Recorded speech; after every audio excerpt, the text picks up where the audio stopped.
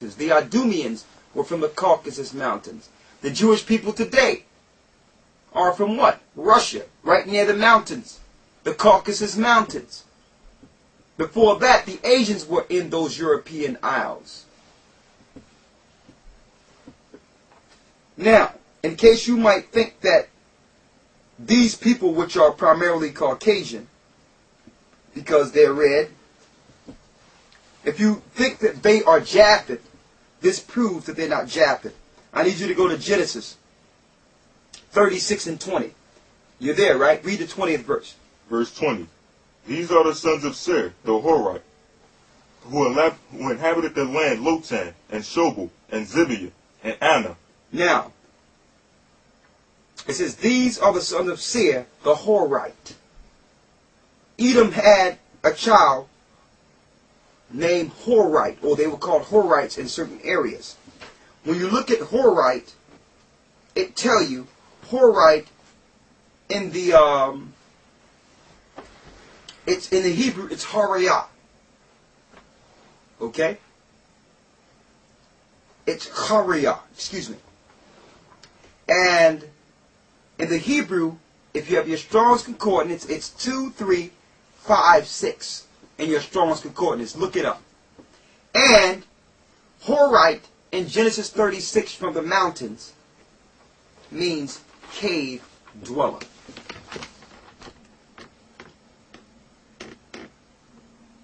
Cave dweller. Look it up yourself. The only people that are known through history to live in caves are Caucasians. Because the other people in the earth had land. The seeds of Shem had land. The seeds of Japheth had land. And the seeds of Shem had land.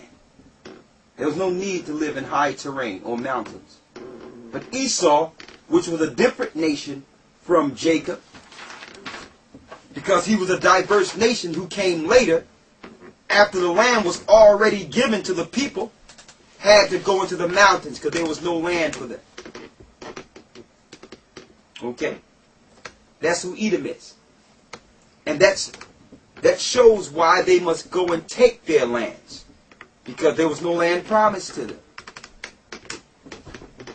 Alright?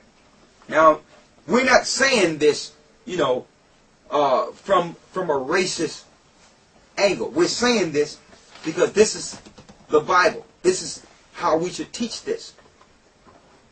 This is filling in the gaps to let you know why there's so much tension and why things are going on in the earth. Because if you don't know, you will start to blame some of these things that are happening on the Most High and think the Most High don't exist. So we must let you know that this is prophecy. This is prophecy. You need to know who are the people and who are the governments ruling today. So you'll know if you're following Satan or the Most High. Because your government is behind your religious institutions. They're behind your beliefs. They're behind your political beliefs. So you must know if you're in a satanic government. And it's our job as teachers to expose the evil. Now, let's move from Mount Seir, the Caucasus Mountains, to the next ruler. Go to the book of Obadiah to show you some more attributes of Edom, who the serpent would use through religion. Because the Most High had a belief and an understanding that he gave to his people. And he told Israel to stay away from the Gentile or the heathen customs. Because Satan had the heathens. He told Israel, stay away from the heathen customs. And he said, if you deal with the heathens, they will turn you away from following me. That's what read the Old Testament. All through the Bible. He said they're going to turn you from following me. Because the heathens had their religion from the Tower of Babel. So when the tongues were split, they took that same satanic religion from Babylon, from Nimrod, and continued those wicked practices in their respective lands. So the Most High said, not his people. I'm going to separate you from them and give you my laws, statutes, and commandments knowing one day you will have to share this to the world to condemn what Nimrod did at the tower. Let's go into it. Read the book of Obadiah. Let's go there. You there? Mm-hmm. Start at the first verse. Obadiah, verse 1. The vision of Obadiah, thus saith the Lord power concerning Edom. Concerning Edom. Edom is red. Alright? Edom, as we know, is the full-blooded Caucasian today.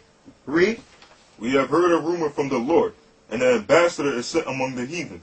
Arise ye, and let us rise up against her in battle. Go ahead. Behold, I have made thee small among the heathen. He made Esau small among all the nations in the earth. Read. Thou art greatly despised. They are greatly despised because everywhere they went in the earth they brought war. Read. The pride of thy heart have deceived thee, thou that dwellest in the clefts of the rock. And the Most High say the pride have deceived them. You was just up in the rocks and now you're proud and acting like you're God in the earth. Read. Whose habitation is high. It says whose habitation is high because they come from the mountains. Read. That saith in his heart, who shall bring me to the ground? And they're so proud now. They said in their heart, who's going to bring me down to the ground? Who's going to stop me? Here's another wicked thing they're doing. They're allowing atheist teaching and science to be taught in the earth. If this was a God-fearing people or a God-fearing government, they would never allow such teachings. Government can control what the people believe in. They do it in the Middle East. You're not going to go in the Middle East and say what you want to say and do what you want to do. So the government do have that power to execute God's rule in the earth. And you might think that's wrong. The government shouldn't have power, shouldn't control what people believe. What do you think Christ's going to do when he come here? You think you're going to believe what you want when he's bringing a government and a belief?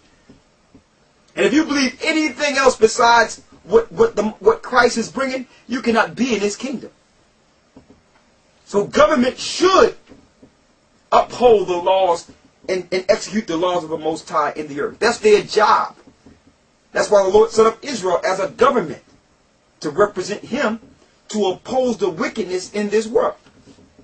Read. Verse 4.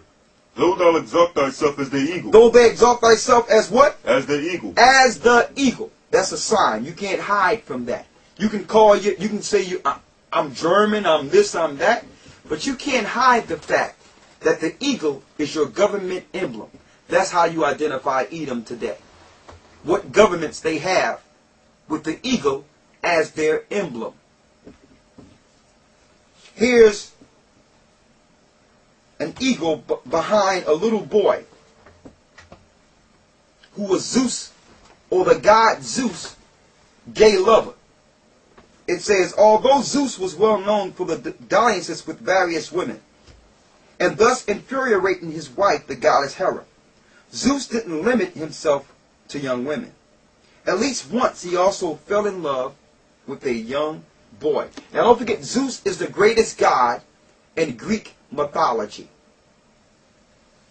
And in Greek mythology, he fell in love with a young boy named Ganymede, son of King Tros of Troy. And what do this little boy have behind him? Zeus, gay lover, an eagle. Read that again. Though thou exalt thyself as the eagle. So the Greek's emblem is the eagle. The Roman Empire emblem is the bald eagle. The Roman Empire.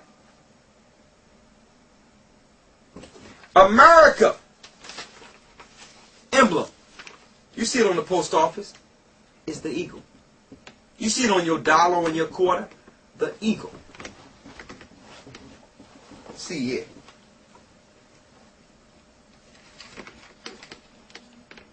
Though thou exalt thyself as the what? As the eagle. Look at his head. Edom cannot hide because he used the eagle as his emblem. What is this? Right over the eagle is what? The sun. the worshiping of the sun. Right over the eagle. Linking directly to Nimrod. The worship of the sun. In ancient Egypt they did it also. And now they're doing it today in America, worshiping on Sundays. In the midst of the sun is a six-pointed star, which is the star of Moloch. Moloch is Satan.